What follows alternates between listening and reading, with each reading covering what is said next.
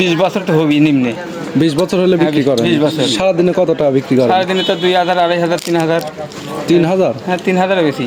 আপনার বাজারেই বেশি, নিম্নে 3000 টাকা। চাষকর বাজারে? চাষকর বাজারে। আপনার কর্মই এই নাকি? আমার কর্মই এই। কত দিয়ে আপনার ওই প্রথম থেকে এই কাজই করেন? হ্যাঁ, প্রথম তিনি কাজ এই কাজও করে থাকেন যে ঠান্ডার সময় গাছ, ঠান্ডার সময় খেতে গাছ লাগাই।